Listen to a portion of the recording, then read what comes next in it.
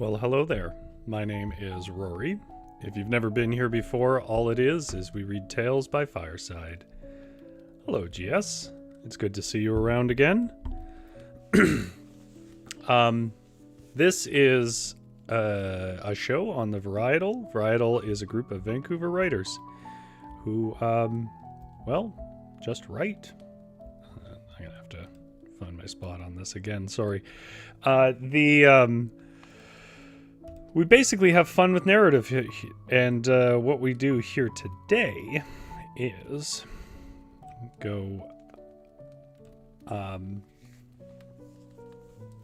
we read stories, old stories in the public domain, or stories that are older, and sometimes it's culturally themed, sometimes it's around certain traditions, sometimes it's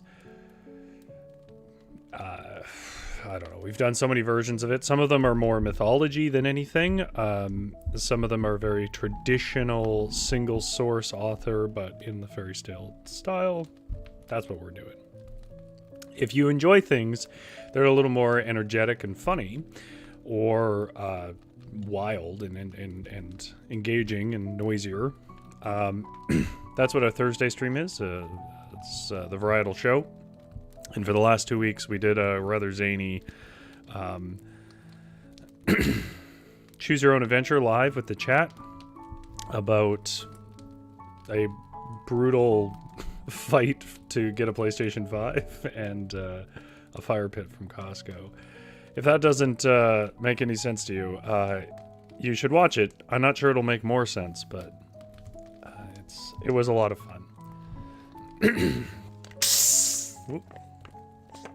GS says Happy Hanukkah to all.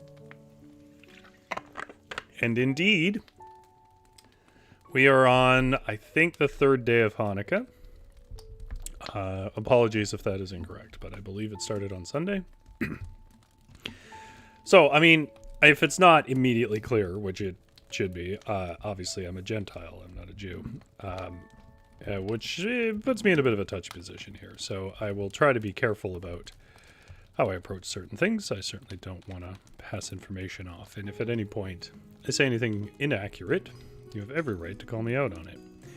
That said, I'm not actually going to read you the story of Hanukkah because it is, well, first of all, it's not really a story.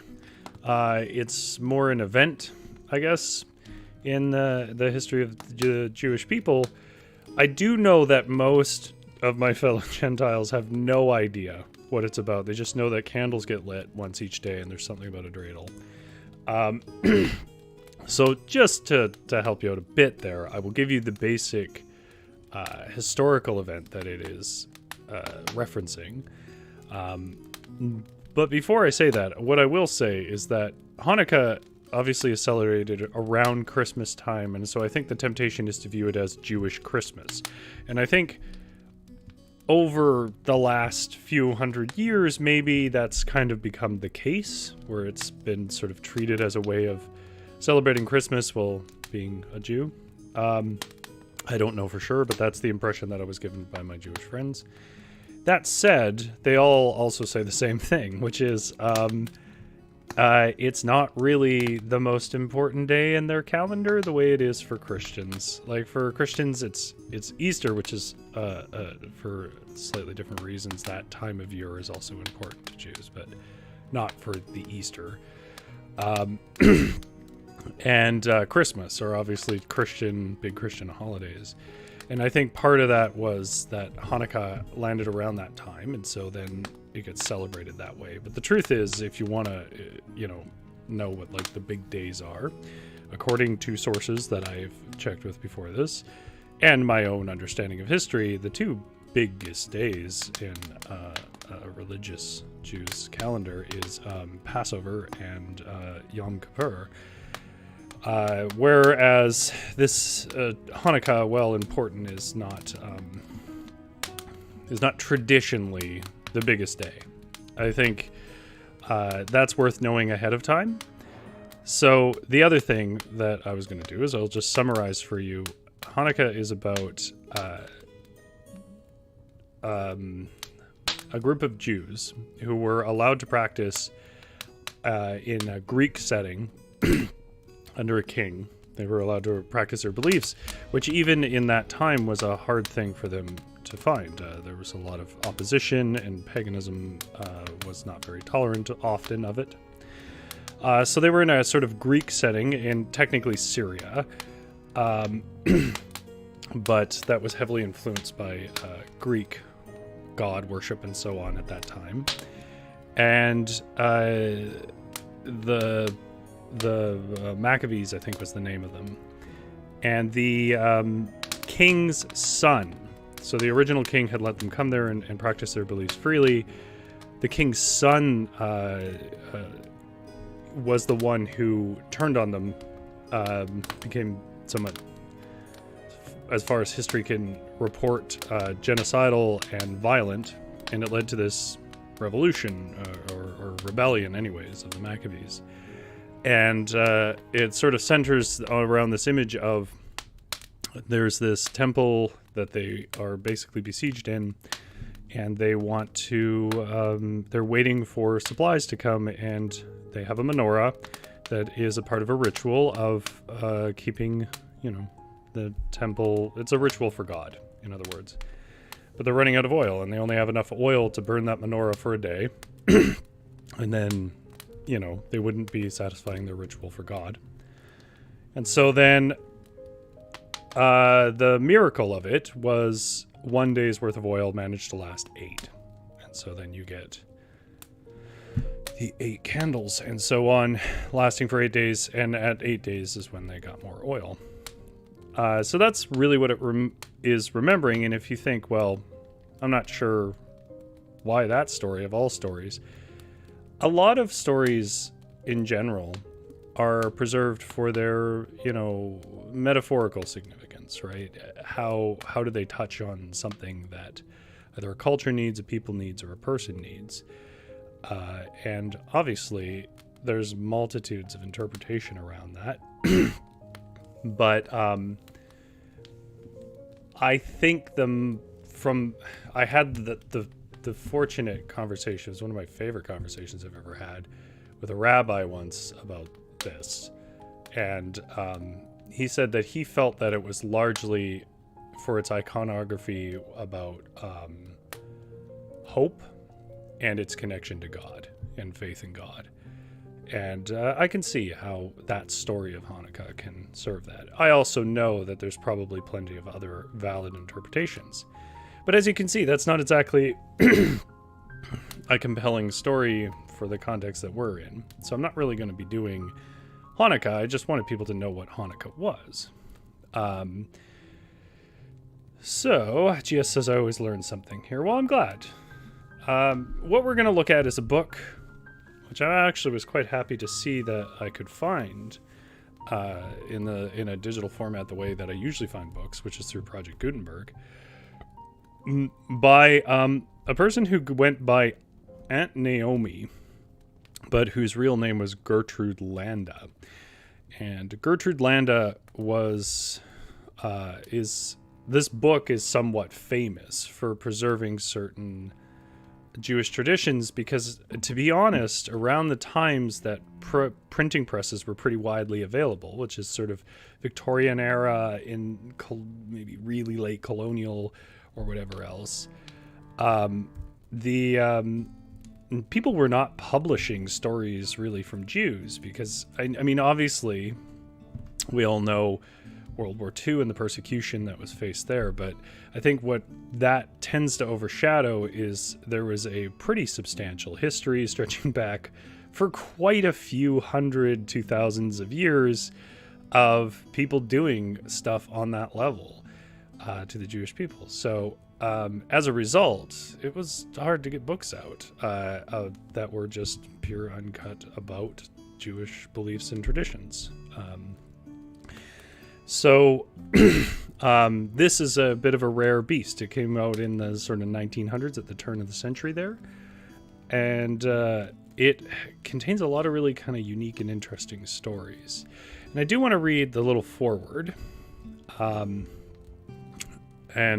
just want to read a bit of the foreword because I think it puts some things in context.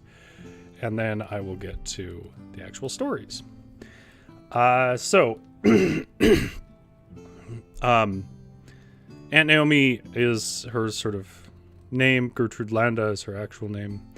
Obviously Jewish.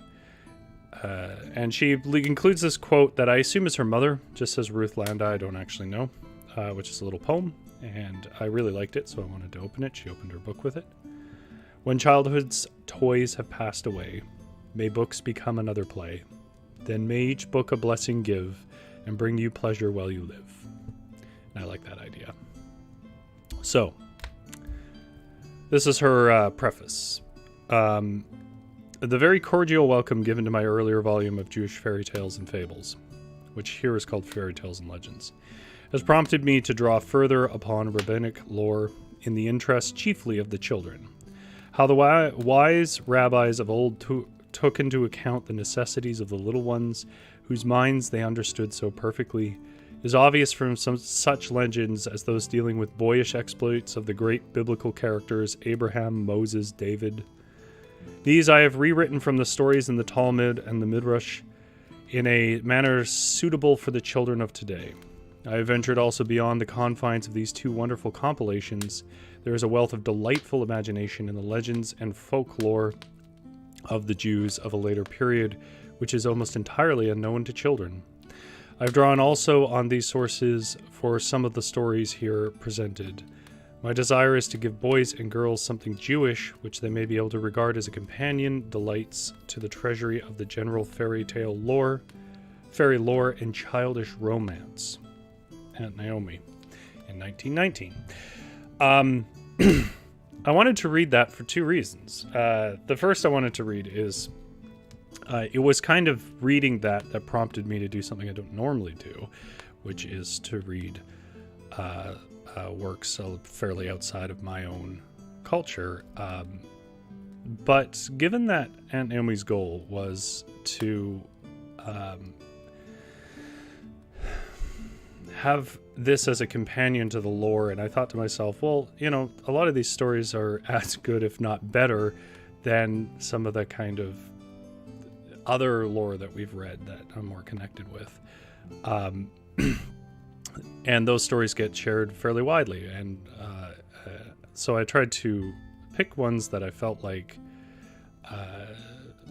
my lack of personal context wouldn't affect too much. We'll see if that was a mistake. The other reason I wanted to mention it, though, is something that I found interesting is I do know actually more about these kinds of fairy tales than sometimes I let on, because I do read things that I don't read here. And the thing that interested me is the first story we're going to read is about a golem. It's not called a golem in this book. And the reason why I think that it's called that, because it's a very, very famous story of the golem. It's not called the golem in the book. It's called the Bogeyman. And I wanted to note this intro to explain why she's doing that. So the reason she's doing that, obviously, is she's trying to modernize it. Obviously, it's in the past for us. She's trying to modernize these tales to have more impact to young children, specifically, obviously, young children who are Jewish, but also young children in general, to make it more accessible. And so I found it really interesting, the changes that she made to the story of the Golem to make it more accessible. And in companionship with that, because I also thought you should know an older version of it, I have included a link in the description from a brilliant video essayist called Jacob Geller, who is, again, obviously Jewish. Jacob Geller did a wonderful piece that gives a bunch of historical context to the story of the Golem, but also a more traditional telling of it woven in. And I think, obviously after this, but I think you should go and watch that as well and compare the two versions, because I think there's a lot of really interesting changes there. And that is entirely too much talking from me. So we'll get to that story, which is called The Rabbi's Boogeyman.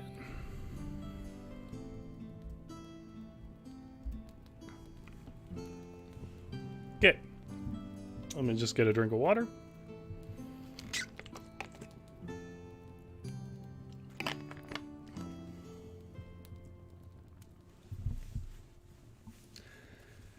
Now here is the last thing to say. A lot of the stories here are run a line somewhere between fictional accounts, traditional retellings, and actual real people, which is a bit unique. Not totally unique, because King Arthur, of course, was probably a real person, just not obviously the person that he was said to be in tales. Now, the Rabbi's Bogeyman, which is basically the story of the Golem, includes what she calls here Rabbi Lion. Rabbi Lion was not his name, but he was a real guy who did live in Prague, who, and in the beginning of the story says this, the grave can still be seen there. I think that's still the case. From quite a few hundred years ago. But the reason why she's calling him Rabbi Lion is because his name is essentially a Hebrew word for lion, as I best understand it, or at least that's one way to interpret it. So that's an example of how she is trying to make this story more accessible to children who are not maybe as immersed in Jewish culture. This is the Rabbi's Boogeyman, as recounted by Aunt Naomi. Rabbi Lion of the ancient city of Prague sat in his study in the ghetto looking very troubled. Through the window he could see the river Moldau, with the narrow streets of the Jewish quarter clustered around the cemetery, which still stands today, and where is to be seen his famous man's tomb. Beyond the ghetto rose the towers and spires of the city, but just at that moment it was not the cruelty of the people to the Jews that occupied the rabbi's thoughts. He was unable to find a servant, even one to attend the fire on the Sabbath for him. I gotta pause here for a second. Why would he want someone to attend to a fire on the Sabbath, which is the holy day? You're supposed to rest on the Sabbath. Certain interpretations of Judaism take a certain line from the Bible where I want to say Abraham, sorry if it's not, says don't light a fire in your house on the Sabbath. What exactly he meant by that is subject to fierce interpretation, but it is indeed an orthodox interpretation that you don't do anything related to any kind of labor, including lighting fire, on the Sabbath. So what he's saying is having a servant who can do it for him would be helpful so that he didn't have to break his sort of bond with God. The truth was that the people were a little afraid of the rabbi. He was a very learned man, wise and studious, and a scientist. Oh, piano's getting a little bit loud. Let me Knock it down a bit. Truth was that the people were a little afraid of the rabbi. He was a very learned man, wise and studious, and a scientist. And because he did wonderful things, people called him a magician. His experiments in chemistry frightened them. Late at nights, they saw little spurts of blue and red flame shine from his window, and they said that demons and witches came at his beck and call, so nobody would enter his service. And that will make sense in a minute, what that picture is. If, as they declare, I am truly a magician, he said to himself, why should I not make for myself a servant, one that will tend the fire for me on the Sabbath? He set to work on his novel idea, and in a few weeks he had completed his mechanical creature. A woman. She looked like a big, strong, laboring woman, and the rabbi was greatly pleased with his handiwork. Now to endow it with life, he said. Carefully, in the silence of his mysterious study at midnight, he wrote out the unpronounceable sacred name of God on a piece of parchment. Then he rolled it up and placed it in the mouth of the creature. Immediately it sprang up and began to move like a living thing. It rolled its eyes, waved its arms, and nearly walked through the window. In alarm, Rabbi Lion snatched the parchment from its mouth, and the creature fell helpless to the floor. I must be careful, said the rabbi. It is a wonderful machine with its many springs and screws and levers, and will be most useful to me as soon as I learn to control it properly. All the people marveled when they saw the rabbi's machine woman running errands and doing many duties, controlled only by his thoughts. She could do everything but speak, and Rabbi Lion discovered that he must take the name from her mouth before he went to sleep, otherwise she might have done mischief. One cold Sabbath afternoon, the rabbi was preaching in the synagogue, and the little children stood outside his house looking at the machine woman seated by the window. When they rolled their eyes, she did, and at last they shouted, "Come and play with us." Not sure I understood that. She promptly jumped through the window and stood among the boys and girls. "We are cold," said one. "Canst thou make a fire for us?" The creature was made to obey orders, so she at once collected sticks and lit a fire in the street. Then with the children she danced round the blaze in great glee. She piled on all the sticks and old barrels she could find, and soon the fire spread and caught a house. The children ran away in fear while the fire blazed so furiously that the whole town became alarmed. Before the flames could be extinguished, a number of houses had been burnt down, and much damage done. The creature could not be found, and only when the parchment with the name, which could not burn, was discovered amid the ashes, was it known that she had been destroyed in the conflagration. The council of the city was indignant when it learned of the strange occurrence, and Rabbi Lion was summoned to appear before King Rudolph. "What is this I hear?" asked His Majesty. "Is it not a sin to make a living creature?" "It had no life, but that which the sacred name gave it," replied the rabbi. "I understand it not," said the king. "Thou wilt be imprisoned, and must make another creature, so that I may see it for myself. If it is as thou sayest, thy life shall be spared. If not, if in truth thou profanest God's sacred law, and makest a living thing, thou shalt die, and all thy people shall be expelled from this city." Rabbi Lion at once set to work, and this time made a man much bigger than the woman which had been burned. "As your majesty sees," said the rabbi, when his task was complete, "it is but a creature of wood and glue with springs at the joints. Now observe." And he put the sacred name in its mouth. Slowly the creature rose to its feet and saluted the monarch, who was so delighted that he cried, "Give it to me, Rabbi!" "That cannot be," said Rabbi Lion solemnly. "The sacred name must not pass from my possession. Otherwise the creature may do great damage again. This time I shall take care and will not use the man on the Sabbath." The king saw the wisdom of this and set the rabbi at liberty and allowed him to take the creature to his house. The Jews looked on in wonderment when they saw the creature walking along the street by the side of Rabbi Lion, but the children ran away in fear, crying, "The boogeyman!"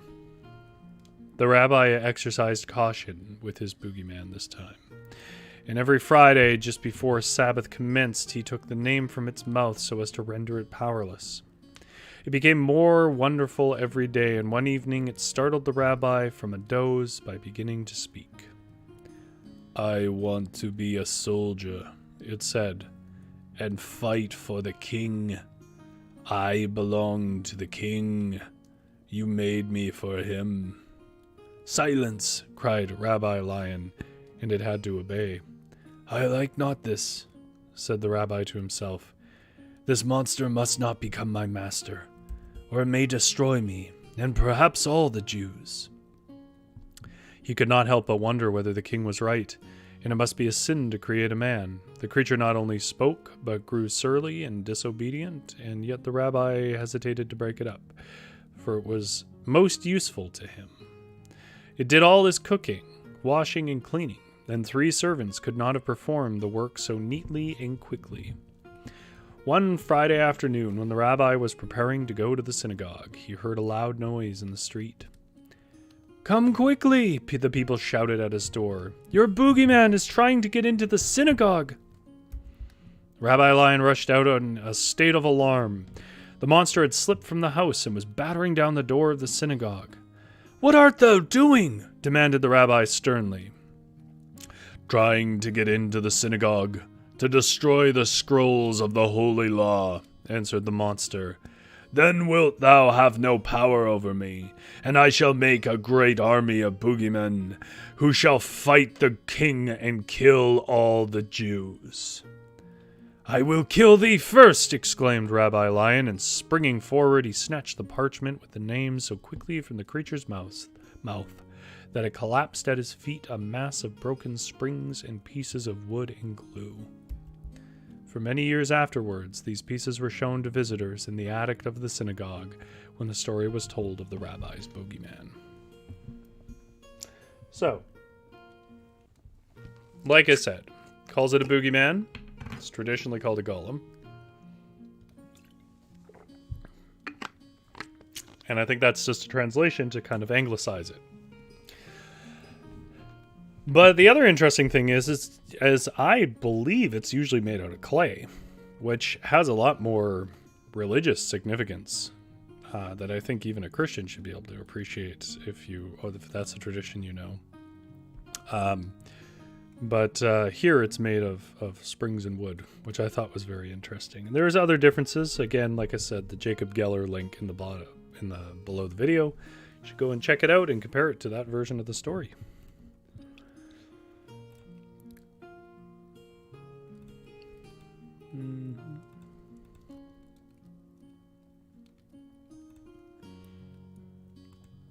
All right. So, that means we are to read what is a more traditional fairy tale, The Red Slipper. Gia says, "Oh, that's over my head." What's over your head? The making of it with clay? Because God breathes into the earth to give life in Genesis. I mean, I'm not going to... The reason why I'm telling you to go to Jacob Geller is because I think he does a much better job of explaining like the significance and power of a name here. What a golem at least could mean to different generations. But the thing that I particularly liked, why I wanted to read it, is believe it or not, I actually like when people update and change stories for different generations, because that's frankly all that usually happens. That's how stories live. They get adapted and changed to match up with different experiences and traditions over millennia, right? So, I mean, I'm not the kind of person who's infatuated on the original version, but I do think if we have the different versions, it tells you something about how society changed and developed. And I do find it really interesting, the things that are anglicized here, especially given the era that it was published in. You know, it just seems, I don't know, seems like a metaphor for the time.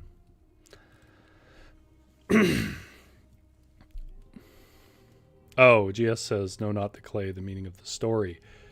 Yeah. Well, I mean, it's complex and multifaceted in its interpretation, which I find that a lot of Jewish folklore is. Okay, this one will sound familiar in the first half, and then it changes a bit. It's definitely shares a lot of similarities with another fairy tale of European tradition. It's called The Red Slipper. Rosie Red was a sweet little girl with beautiful blue eyes, soft pink cheeks, and glorious ruddy gold hair of the tinge that artists love to paint. Her mother died the day she was born, but her grandmother looked after her with such tender care that Rosie Red regarded her as her mother.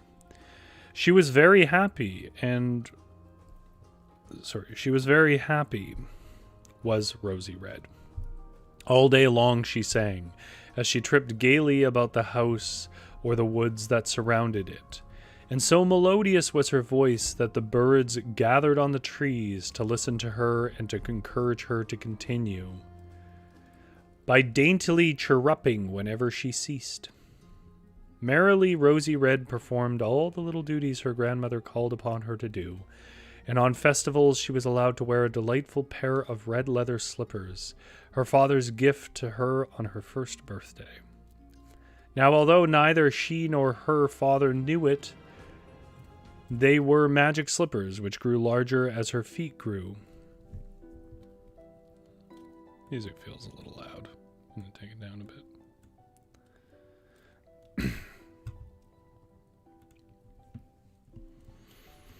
Now, although neither she nor her father knew it, they were magic slippers which grew larger as her feet grew. Rosie Red was not only a child, and so did not know that slippers don't usually grow. Her grandmother knew the secret of the slippers, but she did not tell, and her father had become too moody and too deeply absorbed in his own thoughts and affairs to notice anything. I didn't expect this story to have a personal attack on me. One day, Rosie Red remembered it only too sadly. She returned from the woods to find her grandmother gone, just gone, and these three strange women in the house. She stopped suddenly in the midst of her singing, and her cheeks turned pale, for she did not like the appearance of the strangers. "Who are you?" she asked.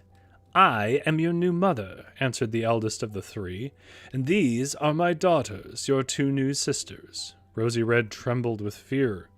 They were all three so ugly, and she began to cry. Can you imagine being so ugly, people cry?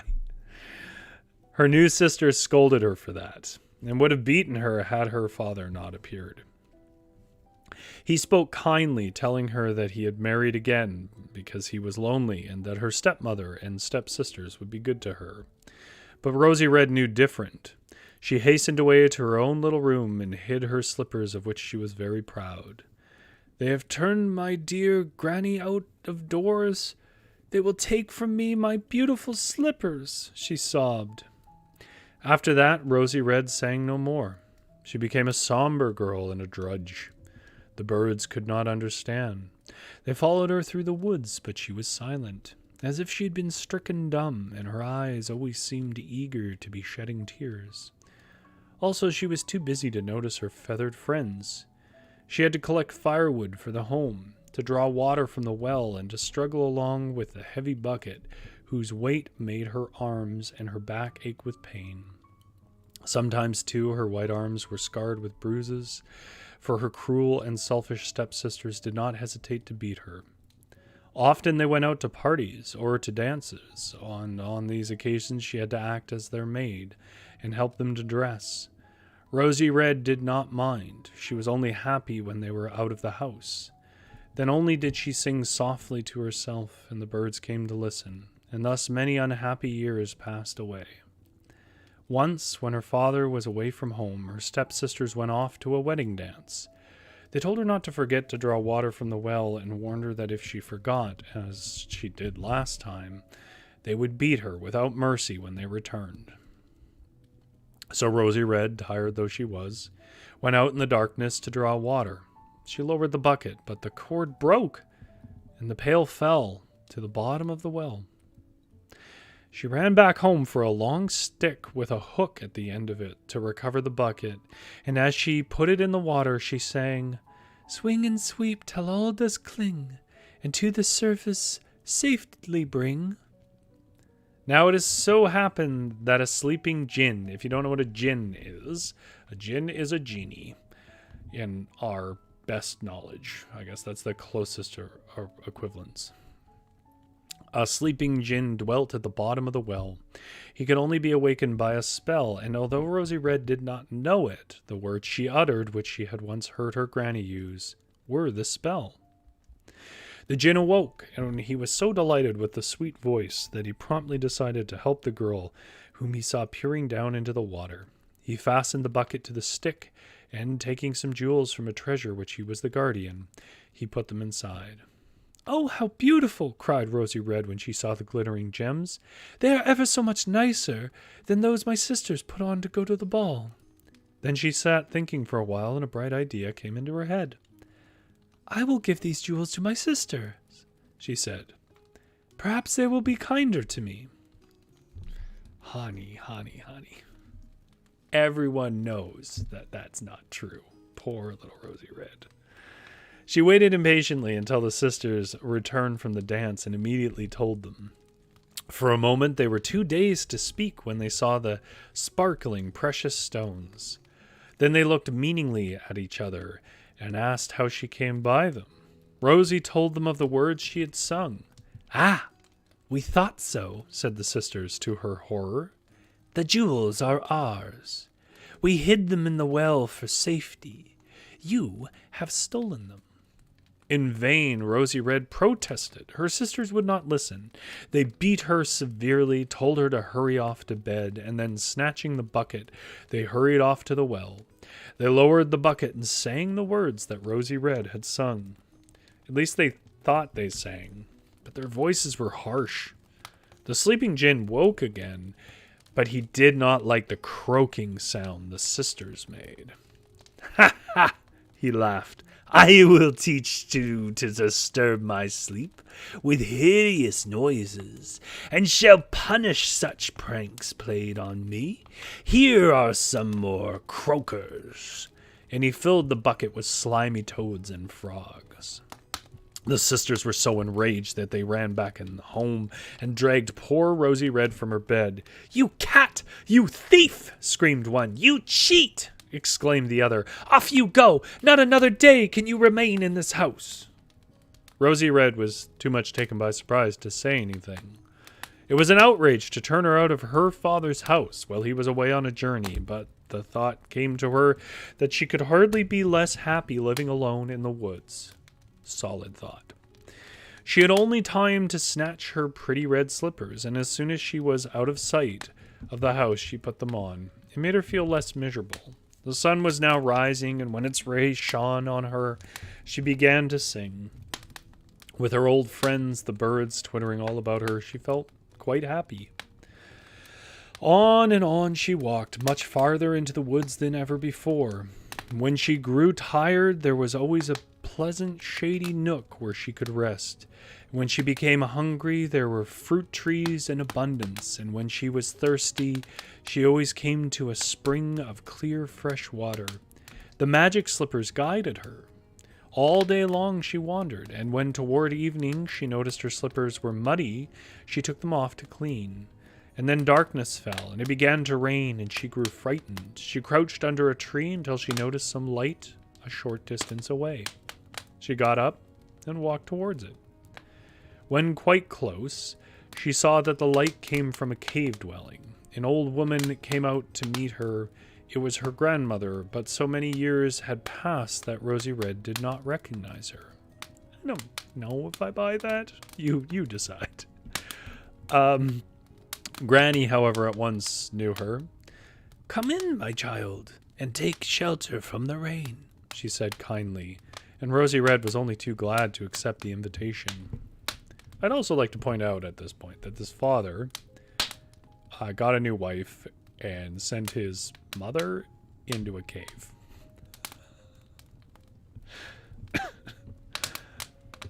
Like, I don't think he's the hero of the story here. The inside of the cave was quite cozy, and Rosie Red, who was almost completely exhausted, quickly fell fast asleep. She woke with a start. "My pretty red slippers," she cried. "Where are they?" She put her hands in the pockets of her tattered dress, but could only find one. "I must have lost the other. I must go out and look for it." "No, no," said Granny. "You cannot do that. The storm is raging." Rosie Red peered out through the door of the cave and drew back in fear as she saw the lightning flash and the thunder rolling. She sobbed herself to sleep again, and this time was awakened by voices. She feared it might be her sisters who had discovered her hiding place and had come to drag her forcibly back home again. So she crept into a corner of the cave and listened intently. A man was speaking. "Know you to whom this red slipper belongs?" he was asking. "I found it in the woods." Rosie Red was on the point of rushing out to regain her lost slipper when her granny's voice, very loud on purpose that she should hear, restrained her. "No, no, I know not," she repeated, and again, and again. And at length the man departed. Granny came back into the cave and said, "I am sorry, Rosie Red, but for aught I knew, he might be a messenger from your cruel sisters, and of course I cannot let anyone take you back to them." Next day the man called again, this time with several attendants. Again Rosie Red concealed herself. "I am a chieftain's son and wealthy," said the man. "I must find the wearer of this shoe. Only a graceful and beautiful girl can wear such a dainty slipper." Rosie Red did not know whether to be more frightened or pleased. When her granny told her the man was very handsome and of noble bearing, day after day he came, each time with more retainers, and finally he arrived mounted on a richly caparisoned, I think I did look this up, a camel. It means like a camel that looks like it has a tablecloth on it. It's a terrible description. It's the cloth. It's the royal cloth backing that you decorate a horse with. Caparisoned camel with 101 followers, all mounted as he was. "The last girl I seek is here," he said. "Deny it no longer. My servants have scoured the woods and the whole neighborhood. One is prepared to swear he heard a young girl singing yesterday." Rosie Red saw that concealment was no longer possible. She liked the man's voice. So, of course, why not? She stepped out bravely, wearing her one slipper. The stranger, bowing low before her, held out the other. Rosie Red took it and put it on. It fitted perfectly. "Many girls have tried to put on that shoe," said the young man, "but all have failed. And I have sworn to make the wearer my bride. I am a chieftain's son, and thou shalt be a princess." So Rosie Red left the cave with her granny, and mounting a camel was led through the woods to her new home, where she knew naught but happiness, and the days of her sufferings were quite forgotten, and always she wore her magic red slippers. So, I mean, I'll leave it to chat. What story does that remind you of? It's just, yeah, it's an interesting rendition, I think, of a more traditional take. Oh. On, Cinderella.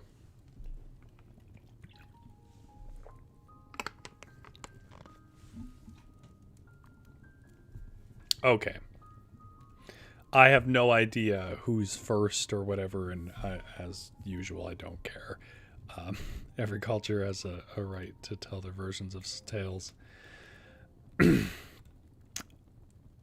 Well, we're at a bit of a weird time here. We got 15 minutes left. I mean, traditionally I do 3 tales.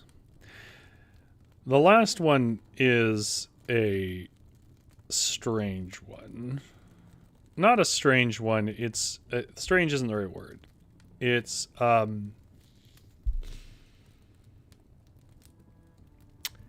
not within the usual purview of what we do here, but it is sort of a Jewish legend.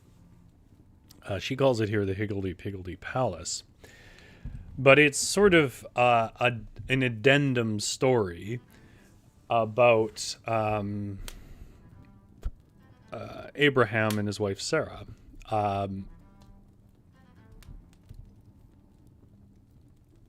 Gia says,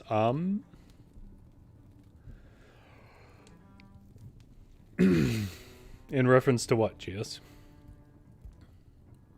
So, the Higgledy-Piggledy Palace is, I guess you could say, like a prequel to a Bible story, which is a little unusual, but I'll read it, because I thought it was, I don't know, I think there's a central fun to it. It's a little more grown up, is I think what I'm trying to say, so if you don't heed my usual warning that we don't explicitly make this show for kids, I wouldn't say it has anything too untoward or saucy or anything like that, but the basic conceit of it is a little adult. So, fair warning. The Higgledy-Piggledy Palace. Sarah, the wife of the patriarch Abraham, and the great mother of the Jewish people, was the most beautiful woman who ever lived. Everybody who saw her marveled at the dazzling radiance of her countenance. They stood spellbound before the glorious light that shone in her eyes and the wondrous clearness of her complexion. This greatly troubled Abraham when he fled from Canaan to Egypt. It was disconcerting to have crowds of travelers gazing at his wife as if she was something more than human. Besides, he feared that the Egyptians would seize Sarah for the king's harem. So, after much meditation, he concealed his wife in a big box. And when he arrived at the Egyptian frontier, the customs official asked him what it contained. I do appreciate just the bare-bones simplicity of putting someone in a box. "Barley," he replied. "You say that because the duty on barley is lowest," they said. "The box must surely be packed with wheat." "I will pay the duty on wheat," said Abraham, who was the most anxious they should not open the box. The officials were surprised, for as a rule, people endeavored to avoid paying duties. "If you are so ready to pay the higher tax," they said, "the box must contain something of greater value."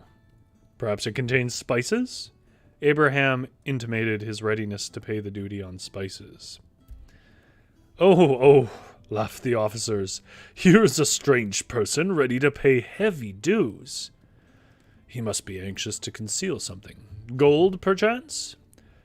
"I will pay the duty on gold," said Abraham quietly. The officers were now completely bewildered. "Our highest duty," said their chief, "is on precious stones. Since you decline to open the box, we must demand the tax on the costliest gems." "I will pay it," said Abraham simply. The officers could not understand this at all, and after consulting among themselves, they decided that the box must be opened. "It may contain something highly dangerous," they argued. Abraham protested, and he was arrested by the guards and the box forced open. When Sarah was revealed, the officials stepped back in amazement and admiration. "Indeed, a rare jewel," said the chief. It was immediately decided to send Sarah to the king. When Pharaoh beheld her, he was enraptured. She was simply dressed in the garments of a peasant woman with no adornment and no jewels, and yet the king thought he had seen a woman so entrancingly beautiful. When he saw Abraham, however, his brow clouded. "Who is this man?" he demanded of Sarah. Fearing that he might be imprisoned, or even put to death if she acknowledged him as her husband, Sarah replied that he was her brother. Pharaoh felt relieved. He smiled on Abraham and greeted him pleasantly. "Thy sister is exceeding fair to gaze upon," he said, "and comely of form. She hath bewitched me by her matchless charm. She shall become the favorite of my harem. I will recompense thee well for thy loss of her. Thou shalt be loaded with gifts." Abraham was too wise to betray the anger that surged in his heart. "Courage, my beloved," he whispered to Sarah. "The good God will not forsake us." He made pretense of agreeing to Pharaoh's suggestion, and the chief steward of the king gave him an abundant store of gold and silver and jewels, also sheep and oxen and camels. Abraham was conducted to a beautiful palace where many slaves attended him and bowed before him. For one on whom the monarch had showered favors was a great man in the land of Pharaoh. Left alone, Abraham began to pray most devoutly. Meanwhile, Sarah was led into a gorgeous apartment where the queen's own attendants were ordered to array her in the richest of the royal garments. Then she was brought before Pharaoh, who dismissed all the attendants. "I desire to be alone with thee," said the king to Sarah. "I have much to say to thee, and I long to feast my eyes on those features of beauty rare." Gotta pick voices that settle in the throat. It's classic me. LGS says, when you asked what story it was similar to. Oh, well, the slipper. I thought that would be the dead giveaway. The slipper fits her foot. But Sarah shrank from him. To her, he appeared ugly and loathsome. His smile was a vicious leer, and his voice sounded like a harsh croak. "Fear not," he said, trying to speak tenderly and kindly. "I will do thee no harm. Nay, I will load thee with honors. I will grant any request thou makest." "Then let me go hence," said Sarah quickly. "I desire naught but that thou shouldst permit me to depart with my brother." "Thou jestest," said the Pharaoh. "That cannot be. I will make thee queen," he cried passionately, and he made a move toward her. "Stop!" cried Sarah. "If thou approachest one step nearer—" Pharaoh interrupted with a laugh.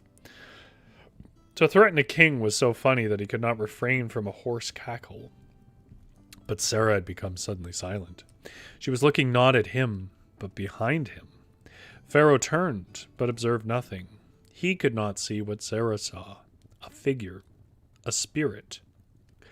Clutching a big stick. Oh, it was sarcasm because it was so obvious, Gia says. Oh, yes. Yes. Okay, that makes more sense. "Come," said the king. "Be not foolish. I cannot be angry with a creature so fair as thou art. But it is not meet, nay, it is not wise to utter threats to one who wears a crown." Sarah made no reply. She was no longer afraid. She knew that her prayers and those of Abraham had been answered, and that no harm would befall her. Pharaoh mistook her silence and advanced toward her. As he did so, however, he felt a tremendous blow on the head. He was stunned for a moment. On recovering himself, he looked all around the room, but could see nothing. Sarah continued to stand motionless. "Strange," muttered Pharaoh. I thought someone had entered the room." Again he moved towards Sarah, and once more he received a staggering blow, this time on the shoulder. It was only by a great effort of will that he did not cry out in pain. He concluded he must have been seized by some sudden illness, but after a moment he felt better and bravely tried to smile at Sarah. I just thought of something most important," said he, attempting to offer some explanation for nearly toppling over in an undignified manner. He stood nearer to Sarah and began to raise his hand to touch her. "If thou layest but a finger on me, it will be at thy peril," exclaimed Sarah, her eyes flashing angrily. "Pshaw!" he cried, losing patience, and he raised his hand. This time, the cudgel of the spirit invisible to Pharaoh did not strike him. It came down gently and rested lightly on the king's outstretched arms, and Pharaoh could not move it. He grew pale and trembled. "Art thou a witch?" he gasped at last. Sarah was so angry when she heard this insult that she flashed a signal with her eyes to the spirit, and the latter plied his cudgel lustily about the king's head and shoulders, making the monarch break out in most unkingly howls of pain. Thy pardon I crave, he managed to scream. I mean not what I said. I am ill, very ill. My body aches, my arm is paralyzed. The cudgeling ceased, and Pharaoh was able to move his arm. He writhed in agony, for he was bruised all over. He rushed hastily away, saying he could return on the morrow. Sarah found herself locked in, but she was not again disturbed. Pharaoh, however, had further adventures. The spirit was in merry mood and had a night's entertainment at the king's expense. No sooner did the king lie down upon his bed than the spirit tilted it and sent him sprawling on the floor. Whenever Pharaoh tried to lie down, the same thing happened. He went from one room to another, but all efforts at rest were unavailing. Every bed rejected him, and every chair and couch did the same. Although when he commanded others to lie down, they did so quite comfortably. He tried lying down with one of his attendants, but while the latter was able to remain undisturbed, the Pharaoh found himself, his body lifted and stood upon his head, spun around, and then rolled over on the ground. His physicians could provide no remedy, his magicians, hastily summoned from their own slumbers, could afford no explanation, and Pharaoh spent a terrible night wandering from room to room and up and down the corridors where the corners seemed to go out of their way to bump against him, and the stairs seemed to go down when he wanted to walk up, and vice versa. Such a Higgledy-Piggledy Palace was never seen. Worse still, with the first streak of dawn, he noticed that he was smitten with leprosy. Hastily he sent for Abraham and said, Who and what thou art I know not. Thou and thy sisters have brought plague upon me. I desired to make her my queen, but now I say to you, rid me of this leprosy, and get thee hence with thy sister. I will bestow riches on ye, but get ye gone, and speedily. With a magic jewel he wore on his breast, Abraham restored Pharaoh to health, and then departed with Sarah. These final words he said to Pharaoh, Sarah is not my sister, but my wife. And I give thee this warning. Should thy descendants at any time seek to persecute our descendants, then will our God, he, the one God of the universe, surely punish the king with plague again. And many years afterwards, as you read in the Bible, the prediction came true. Which, of course, is a reference to the many plagues of Egypt. Although it says Bible here, there's another anglicization. I would assume, the Talmud. Anyways, that is all I really wanted to read, and we came in perfectly at an hour. As per usual, this applies to everything, but especially today, because I was doing something a little different. Again, the week of Hanukkah. Oh yeah, the last thing I wanted to say. I didn't want to say at the intro, because I know most people don't make it to the end, and if I could save myself some embarrassment, I would. Hanukkah, sometimes you'll see it spelled as it is in the description here with the CH. Chanukah, right? It looks like that, at least to us. By us, I mean Gentiles. I will tell you the story of how I learned that is a Hebrew pronunciation, a sort of a representation of a Hebrew pronunciation of Chach, roughly speaking. I'm sure there's more of a pronunciation to it, so like Hanukkah. I will tell you, I was doing a class on rhetoric in university, and I went to a university. It was a really good university in that it had small class sizes and surprisingly good professors, but it was for working class people. And if you don't know me very well, I'm a working class person. I grew up relatively poor, so I didn't get to go to like a fancy university. I went to these smaller ones, and that was who was in the class. And in the area that I live in Canada, there is just, when you get to the working class outer rings of Vancouver, it's a bunch of white suburbs full of like Scottish mutts and various other kind of northwestern European mutts. And so we, by no fault of our own, you sort of miss out on a lot of culture. And so we were in this rhetoric class, and we'd been assigned this reading by a guy named, as far as we were concerned, Chaim, Chaim. And our teacher came in, And I think he asked somebody to read, and they said chame, and none of us had a problem with it. And he sort of stopped, and he was like, "Why did you say that?"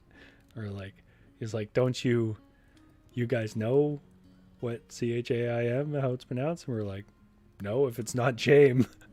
He was like, "Chaim." I was like, and a whole bunch of things I'd seen, like Hanukkah and all that, it come clear for me. So when you see that CH, that's what it's representing, as I understand it. So Chanukah is Hanukkah. So hopefully I did some justice to these stories. Yeah, GS says, haha, this is delightful physical comedy. Yeah, I will admit, any story about lecherous guys getting the crap beat out of them, I would kind of want to read. But I also love that Sarah has such power and sense of self. Like she that never wilts. Like she's not arrogant or anything necessarily. She's not grandstanding. She's just has a really good sense of self. And I really think it's a very cool representation of her here. Anyways, there we go. This is Fireside Fairytales, and this was sort of in honor week of Hanukkah.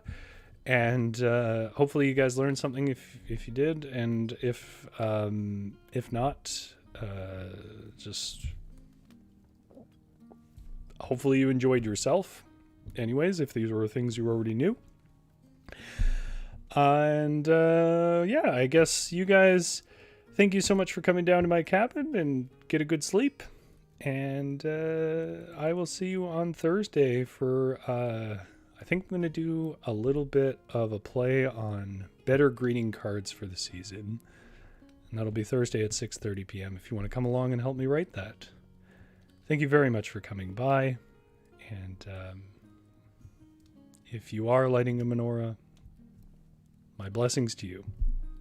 Have a good sleep.